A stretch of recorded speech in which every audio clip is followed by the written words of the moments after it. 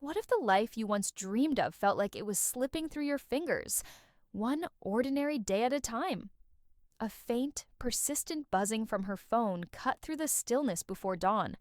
Mina Sakamoto's eyes fluttered open in the blue-gray light filtering through the blinds of her small Tokyo apartment. She lay still for a moment, listening.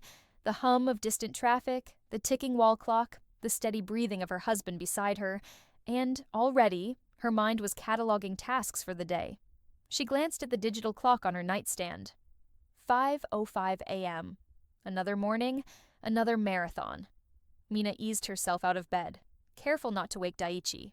He'd come home late again last night, his tie askew, eyes rimmed red with fatigue. She padded quietly into the living room, its neatness a testament to her relentless routine. The apartment, though small, was an oasis of order. The low table polished, Yui's colored pencils stacked in a cup, slippers lined up by the front door. Through the window, the city's pulse was just beginning. A flicker of neon from a distant billboard, the muted rumble of delivery trucks. In the kitchen, she filled the kettle and set it to boil. Her hands moved automatically. Rice to the cooker, fish to the grill, miso paste into the bowl. She opened the fridge, pulling out Yui's favorite strawberry yogurt and a handful of cherry tomatoes.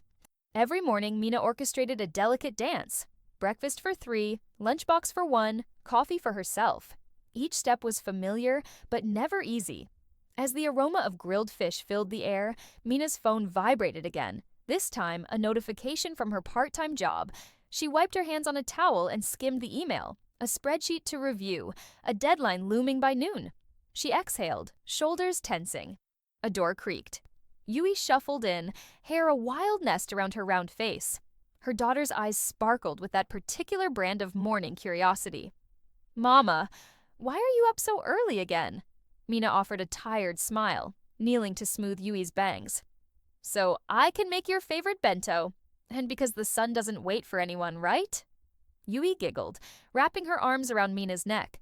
The embrace was a brief, warm anchor before the day's storm. They ate breakfast together, Yui swinging her legs under the table, chattering about an art project at school. Daichi emerged at last, dressed already in a crisp shirt and slacks, tie knotted with practiced haste. He glanced at his watch, swallowed a mouthful of rice, and checked his phone between bites.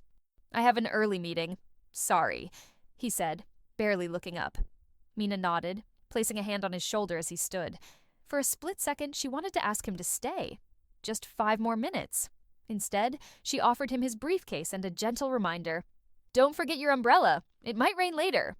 He mumbled thanks, pressed a quick kiss to Yui's forehead, and disappeared out the door. Mina watched the door close, the apartment suddenly quieter. She stared at the empty chair across from her, the unfinished tea cooling in Daichi's cup. After the breakfast dishes were cleared, Mina moved through the next set of motions, brushing Yui's hair into neat pigtails, checking her backpack, tying shoelaces with nimble fingers.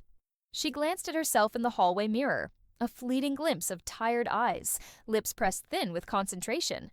When had the lines at the corners of her eyes deepened? When had she last worn anything but soft, practical clothes? The elevator ride down was silent, save for Yui's humming. In the lobby, other mothers gathered, each shepherding their own sleepy-eyed children to school. Outside, the city was fully awake, bicycles whirring past, shop fronts rolling up their shutters, a delivery scooter weaving through the narrow street. A light drizzle began to fall, misting the sidewalk with a silvery sheen. They walked together under a polka-dot umbrella. Yui skipped ahead, splashing in shallow puddles. At the corner, Mina knelt to hug her daughter goodbye. "Be good today, okay?" Yui grinned, slinging her backpack over her shoulder. "Don't forget to pick me up at the park." As Yui joined the stream of uniformed children, Mina lingered, watching until her daughter vanished beyond the school gate. The city's chorus of horns and bicycle bells pressed in, and Mina felt herself, just for a moment, adrift. She returned home, changed into comfortable pants and a soft sweater, and sat at the dining table with her laptop. The apartment, once lively with morning clatter, now pulsed with silence. She opened her work inbox, reading through spreadsheet after spreadsheet, replying to emails with polite brevity. Her fingers hovered over the keys, pausing now and then as her thoughts drifted. Did I remember to sign Yui's permission slip? Should I defrost something for dinner? The hours inched by. She set laundry to spin, scrubbed the bathroom, vacuumed the hallway. Each task checked off felt both satisfying and somehow invisible, an endless loop of effort, unnoticed by anyone but herself. By noon, a cold drizzle still clung to the city. Mina peered out the window at the neighboring apartment blocks, gray against the overcast sky. She caught her reflection in the glass, shoulders slightly hunched, hair hastily pulled back, a faint crease between her brows. Loneliness crept in, subtle but insistent. She scrolled through her phone, half-heartedly liking a friend's vacation photo, pausing at a video clip of Yui's class performance from last month. She watched her daughter's bright, unself-conscious smile, and for a brief moment, remembered a younger Mina, one who laughed easily, who had dreams beyond the next errand or chore. The afternoon brought a change of pace. Mina bundled up and walked to the park, the umbrella sheltering her from the drizzle. The park was a small patch of green hemmed in by apartment towers and convenience stores. Mothers clustered by the playground, chatting in low voices as their children darted between swings and slides. Ayako Fujimura waved from a bench, her own daughter chasing pigeons across the wet grass. Mina joined her, grateful for the company. "Rough day?" Ayako asked, her eyes kind but sharp. She wore a denim jacket, rain darkening the cuffs, and her hair was pulled back in a loose bun. Mina hesitated, then nodded. "Every day feels the same lately. I wake up, work, clean, make meals, repeat. Sometimes I wonder if anyone notices." Ayako smiled sympathetically. "I get it. It's just me and Emmy. And sometimes, even with all the chaos, I feel invisible too. Like the world is moving on without me." They sat in companionable silence, watching their daughters play. The city loomed around them, a labyrinth of concrete and glass. But here, in this sliver of green, life slowed just enough for honesty. "You used to love painting, didn't you?" Ayako ventured, nudging Mina gently. "I remember you showed me that sketchbook." Mina looked down at her hands, surprised at how distant that part of her life now felt. "It's been ages. I barely have time to think, let alone paint." Ayako's voice softened. "Maybe you should try, even just for yourself." Mina nodded, but the words felt heavy. Wanting more? Was that selfish? Was it wrong to wish for something that belonged only to her, even just a few minutes a day? As the sun dipped lower, the drizzle faded, leaving behind a pearly haze over the city. Yui and Emmy ran up, cheeks flushed, hands muddy. The mothers gathered their children, exchanging quick goodbyes. Back home, with the evening approaching and the city's neon lights flickering on, Mina found herself scrolling through old photos on her phone. University days. Smiling faces, bright campus lawns, laughter she could almost hear. One photo caught her attention, a group shot in front of a cafe, her arms slung around a friend she hadn't seen in years, Hiroshi Takeda. A message notification pinged. It was from Hiroshi. "Hey, Mina. I heard you're still in Tokyo. I just opened a cafe near your neighborhood. Would love to catch up if you have time." Her heart gave a small, unfamiliar flutter. She stared at the message, memories flooding in. Late-night study sessions, philosophical debates over cheap coffee, Hiroshi's easy laugh, the way he'd encouraged her to dream bigger. She hesitated, phone clutched in her hand. The kitchen was filled with the clatter of Yui practicing piano. From the hallway, the faint sound of Daiichi's keys in the lock. Life, as always, moved forward. Dishes to wash, homework to supervise, dinner to prepare. But as Mina glanced again at Hiroshi's message, a quiet question echoed inside her. Should I go? Is it wrong to want something just for myself? She slipped the phone into her pocket, her mind swirling with doubts and possibilities. Outside, the city was alive with promise and uncertainty, each window glowing against the night. For the first time in a long while, Mina allowed herself to wonder, was there still room in her life for her own dreams? And maybe, just maybe, for a different kind of love amid the daily chaos? Mina's days slipped by in a blur of repetition, each one indistinguishable from the last. Even as the cherry blossoms outside their apartment window bloomed in hesitant clusters, Mina felt the weight of their petals pressing down on her shoulders. After that sleepless morning and the message from Hiroshi, she'd spent the afternoon lost in thought, folding laundry with mechanical precision as Yui's laughter echoed faintly from the living room.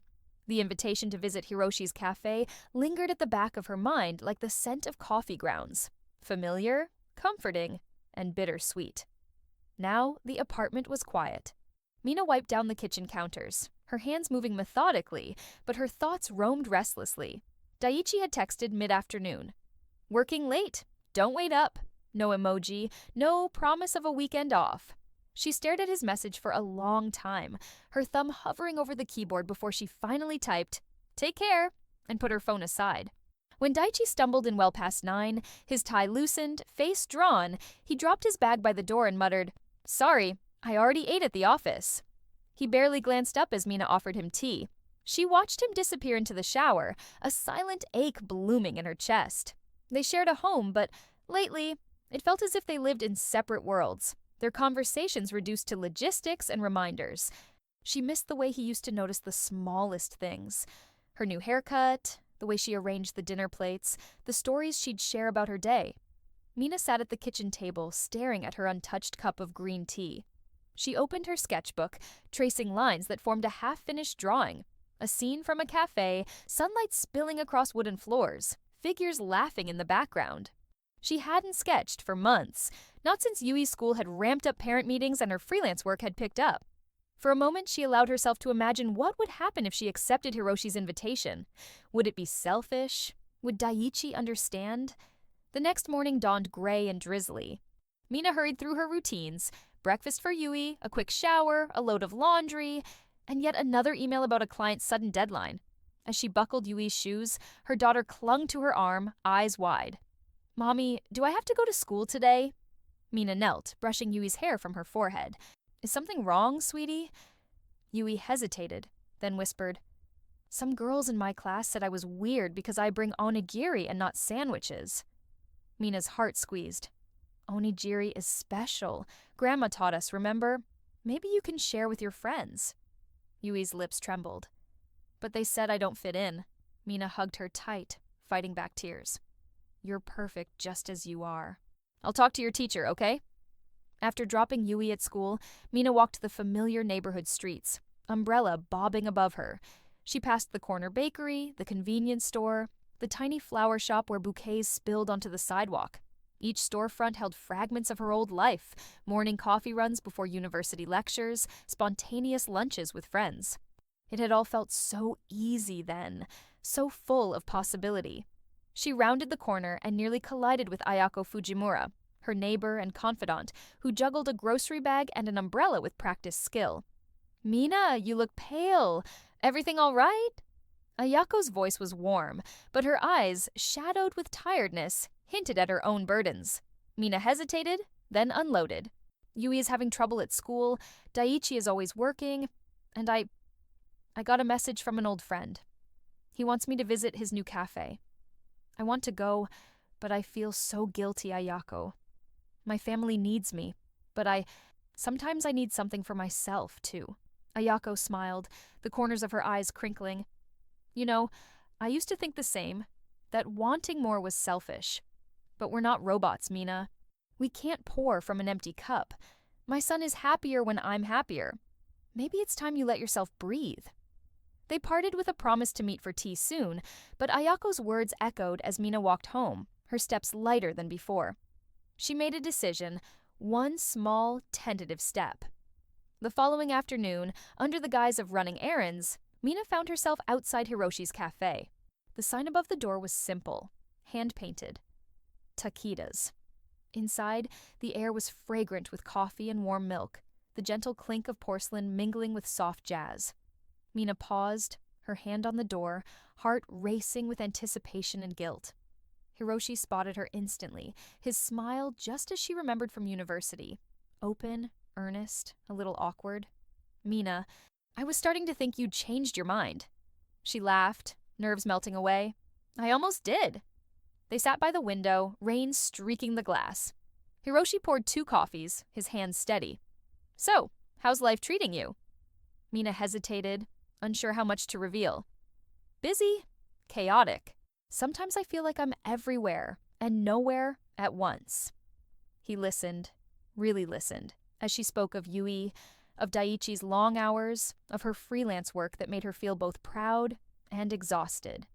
Hiroshi shared stories of starting the cafe, of the sleepless nights and small triumphs, a favorite customer's smile, a new cake recipe that sold out in an hour. Remember how you used to fill notebooks with ideas? He asked. You always had a sketchbook? Are you still drawing? A flush crept up Mina's cheeks. Not for a long time. Life got busy. Hiroshi leaned forward, his gaze kind. Maybe you should start again. Not for anyone else, just for you. They talked for nearly an hour, the conversation easy and familiar. As Mina prepared to leave, Hiroshi pressed a small notepad into her hand. For your sketches, he said quietly. Stepping back onto the street, Mina felt lighter, as if she'd recovered a part of herself she'd buried beneath routines and responsibilities. That evening, as she prepared dinner, Mina hummed softly, her mind replaying the afternoon. She found herself reaching for her old sketchbook after Yui went to bed, pencil flying across the page in quick, confident strokes. For the first time in months, she felt alive. But with that spark came a shadow of anxiety. As she set the table, Daiichi entered, his eyes tired but sharper than usual. He lingered in the doorway, watching her. You seem different lately, he said, voice hesitant. Is everything all right? Mina forced a smile. Just tired, I guess. It's been a long week. Daiichi nodded, but his gaze lingered on her phone, resting beside a half-finished sketch. Mina's heart pounded. Was he suspicious? Did he think she was hiding something? She tried to dismiss the feeling, but as the days passed, Daiichi's questions grew more frequent. Who were you texting? Where did you go this afternoon? The gap between them widened, filled with unspoken worries and misunderstandings. Yui's troubles at school escalated. A note from her teacher, a call about a playground dispute. Mina felt stretched thin, torn between comforting her daughter, managing deadlines, and trying to carve out moments just for herself. She found solace in brief meetings with Ayako, who reassured her, "You're doing your best. Don't let guilt eat you alive." One evening, as Mina sat sketching quietly at the kitchen table, Yui asleep and Daiichi finishing paperwork in the other room, she caught Daiichi glancing at her phone with a puzzled expression. He didn't say anything, but Mina sensed the tension rising, unspoken questions simmering just beneath the surface. She tucked her sketchbook away, her mind spinning with doubt. Was she being selfish for wanting more? For meeting Hiroshi? For allowing herself these tiny pieces of happiness? Mina gazed out the window, city lights flickering in the distance, wondering what would happen if she kept following this fragile thread back to herself. If you were in Mina's shoes, torn between family and rediscovering your own dreams, what would you do? Would you risk misunderstanding to reclaim a part of yourself? Subscribe and join us to see how Mina's journey unfolds. The next chapter might be closer to your own story than you think. A brittle wind swept through the narrow Tokyo streets, rattling crisp leaves along the curb as Mina Sakamoto hurried home from the market, her tote bag heavy with groceries and her mind heavier still.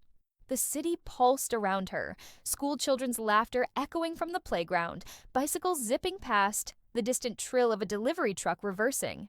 But inside her chest, the world felt silent and tense, like the air before a thunderstorm. For days, Mina had sensed Daiichi watching her with a questioning gaze, his eyes lingering a moment too long when she smiled at her phone, or when she returned from her walks a bit later than usual. Meals at the dinner table had grown quieter. Yui, sensing the unease, chattered nervously about school, her small hands twisting the hem of her uniform.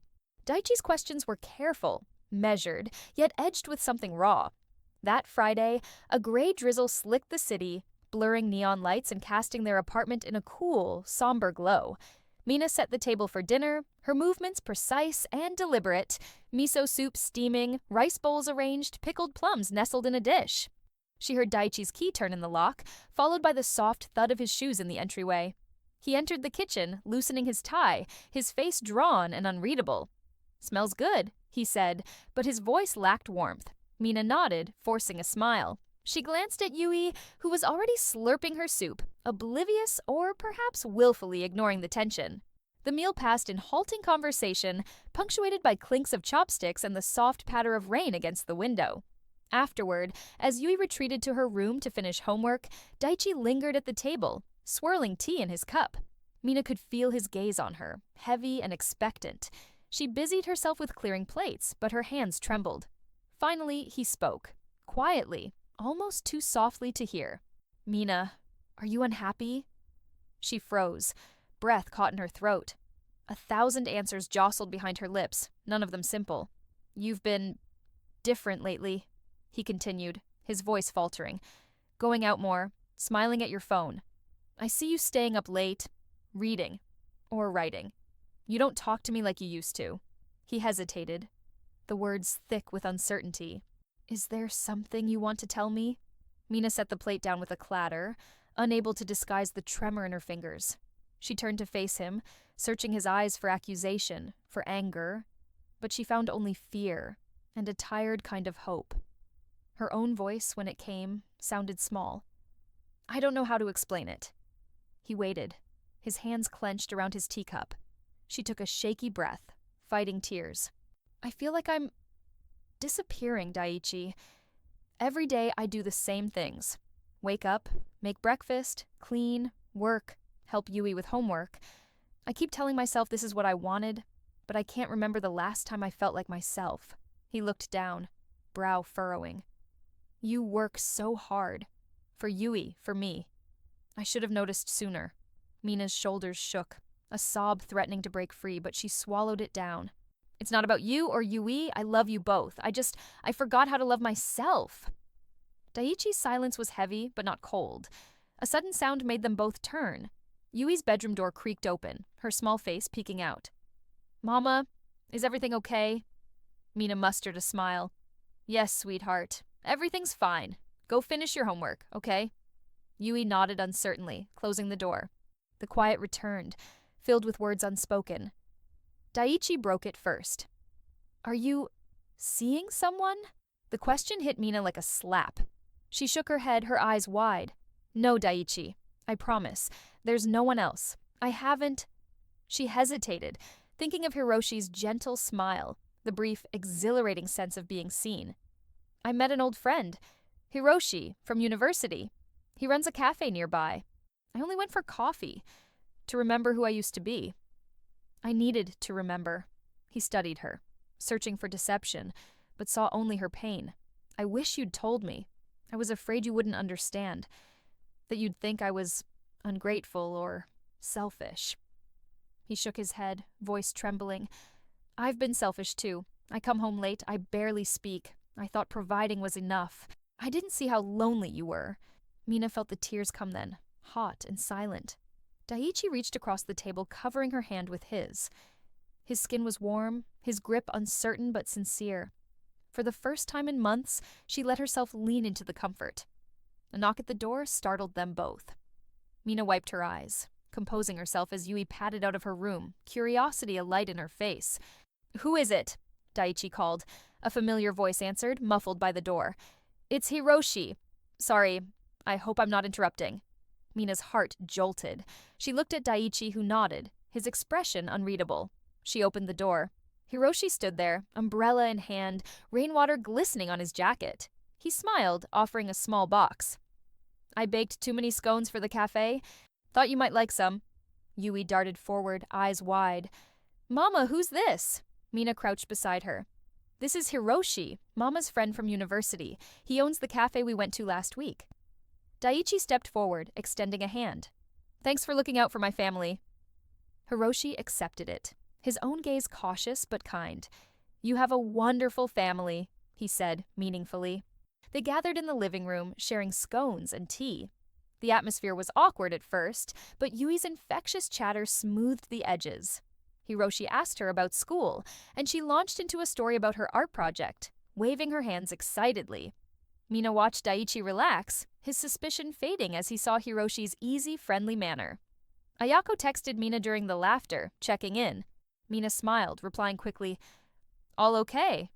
Thank you for listening to me." As the evening drew on and Hiroshi prepared to leave, he turned to Mina with a quiet word. "You're stronger than you think. Don't forget that." She nodded, gratitude welling up. "Thank you, Hiroshi, for everything." After he left, Daiichi helped Mina tidy up, silent but thoughtful. When Yui was finally asleep, Daiichi sat on the edge of the bed, pressing his hands together. "Today, I realized how much we've both been trying to survive, not really living. I'm sorry I didn't see how tired you were, or how much you needed more than just routines." Mina sat beside him, the city lights flickering against the window. She reached for his hand, squeezing gently. "I want us to try again," she whispered. "Not just as parents or partners, but as ourselves. I want to remember who we were, and who we still are." He nodded, his eyes shining with unshed tears. "I want that too." They sat in the hush of the night, the city's heartbeat thrumming softly around them. The next morning, Mina awoke to the gentle aroma of coffee brewing. She shuffled to the kitchen to find Daiichi, apron askew, fumbling with a spatula as he attempted to make pancakes. His first time in years. He grinned sheepishly as she entered. "Thought I'd give you a break today," he said, cheeks flushed. Mina laughed, the sound light and genuine. For the first time in a long while, she felt the weight on her chest begin to lift. Later, as Yui and Daiichi ate breakfast together, Mina caught her reflection in the window, hair tousled, eyes bright with possibility. The city outside was the same, but something inside her had shifted. She had confessed, not to falling out of love, but to losing herself amid the daily chaos. She had found in the honest wreckage of her struggle, not just her voice, but the first fragile thread of love for herself. And as the morning sun broke through the clouds, Mina realized this was the beginning of something real, something hers. The late spring sun was just beginning to slip behind the Tokyo skyline, painting the living room in honeyed gold. Mina sat at the window, knees tucked beneath her, hands wrapped around a cooling mug of tea. The city's distant rumble had become a sort of lullaby. For the first time in months, she felt the urge to simply breathe in the quiet, rather than brace for the next demand. It had been a week since that conversation. A week that felt like a lifetime. Daiichi's words, raw and uncertain, still echoed in her mind. "I don't want to lose you, Mina. I didn't realize how far apart we drifted." She'd answered honestly, voice trembling more from relief than fear. "I lost sight of myself, Daiichi. I didn't know if you could see me anymore, or if I even remembered who I was outside of all this." That night, something shifted between them. Not the grand, cinematic transformation she'd always imagined, but something quieter and more enduring. A willingness to really see each other, to listen without judgment, to try. In the following days, small but meaningful changes bloomed around their home. Daiichi began coming home earlier, even if it meant logging in remotely after dinner. One night, Mina found him folding laundry, awkwardly, but with a proud grin. "I watched a video on how to fold shirts the right way," he said, sheepish. She laughed, the sound bright and unfamiliar in her own ears. Yui, always perceptive, started leaving her drawings on the kitchen table for both parents to admire. Even the apartment itself seemed lighter, as if the air had shifted, windows thrown open to possibility. But the real change was in Mina herself. She'd started small, 10 minutes, every afternoon, just for her. Sometimes she'd read, other times sketch a little scene from the window, or simply sit on the balcony, eyes closed, feeling the breeze. She realized that self-care didn't have to be an indulgence or a rebellion. It was a necessity, a reclaiming of something essential. The guilt didn't vanish overnight. It lingered like a bruise. But day by day, she learned to treat herself with the same kindness she poured into her family. Ayako's words echoed in her mind during those moments. "If you don't pour into your own cup, what will you have left to give?" Mina found herself reaching out more, sometimes just a quick message to Ayako. Other times, a longer walk after school drop-off, sharing stories of triumphs and missteps. The friendship, honest and unpolished, became another anchor in her shifting world. Hiroshi's cafe became a quiet sanctuary. She didn't hide her visits anymore. Daiichi even joined her once, awkward and curious, sipping coffee with a wary smile. The three of them talked about old university memories, but also about now, their children, their routines, their hopes. It was Hiroshi who put it best, swirling his coffee. "We're all improvising, Mina. No one really has it figured out, but you're allowed to want things for yourself, too." One evening, as dusk deepened and city lights flickered to life, Mina and Daiichi sat together on the small balcony. Yui was inside, humming softly as she colored. The air was warm, scented with the promise of summer rain. "I was afraid, you know," Daiichi said suddenly, voice low. "Afraid you'd outgrow us, that you'd realize you wanted something more." She looked at him, searching his tired, gentle face for regret. Instead, she saw vulnerability, a kind she'd overlooked for years. I was afraid you'd never see me again, she answered. But I think maybe we both needed to remember how to look. He reached for her hand. Let's try, Mina. Let's be a little braver. Together. She squeezed his fingers, feeling a quiet certainty settle in her heart. Yes. Together. The days that followed weren't perfect. There were still rushed mornings and forgotten lunches, spilled milk and overdue bills. But there was also laughter. Soft, hesitant at first, then growing bolder. There were shared glances over the dinner table, silent check-ins that said, I'm here. I see you. Yui, blissfully unaware of adult worries, simply flourished in the warmth that filled their home. Mina's world hadn't grown larger in the way she'd once dreamed, but it had grown deeper. She rediscovered parts of herself she'd buried beneath obligation, the girl who loved to lose herself in stories, the woman who found peace in the quiet act of creation, the friend who could listen without judgment. One Saturday, Mina invited Ayako and her son over for lunch. The apartment buzzed with laughter and the clatter of chopsticks. Afterward, while the children played, Ayako squeezed Mina's hand. You seem lighter, she observed, eyes crinkling. Like you're letting yourself be happy, even in the middle of all this mess. Mina smiled, a genuine, unguarded smile. I think I am. Or at least, I'm learning how. That night, the rain finally arrived, tapping softly against the window panes. Mina watched the city blur behind the droplets, feeling a quiet gratitude. The chaos hadn't vanished, but it no longer felt like a storm she had to weather alone. She understood finally that love didn't have to be grand gestures or perfect days. Sometimes it was simply showing up for herself and for the people she loved, even when it was hard. She tucked Yui into bed, smoothing her daughter's hair off her forehead. Did you have fun today? She whispered. Yui nodded sleepily, eyes half closed. I like when you're happy, Mama. Mina kissed her gently. Me too, sweetheart. Me too. Down the hall, Daiichi waited, 2 mugs of tea in hand. He didn't say anything as he passed her a cup, but his smile spoke volumes. They sat together in companionable silence, watching the city lights shimmer on the wet streets below. For the first time in a long while, Mina didn't feel invisible. She felt seen. She felt loved. Not just by her family, but by herself. As she drifted off to sleep that night, Mina realized something simple, yet profound. Happiness wasn't a destination she'd lost along the way. It was something she could find, even in the smallest moments, amid the beautiful chaos of daily life.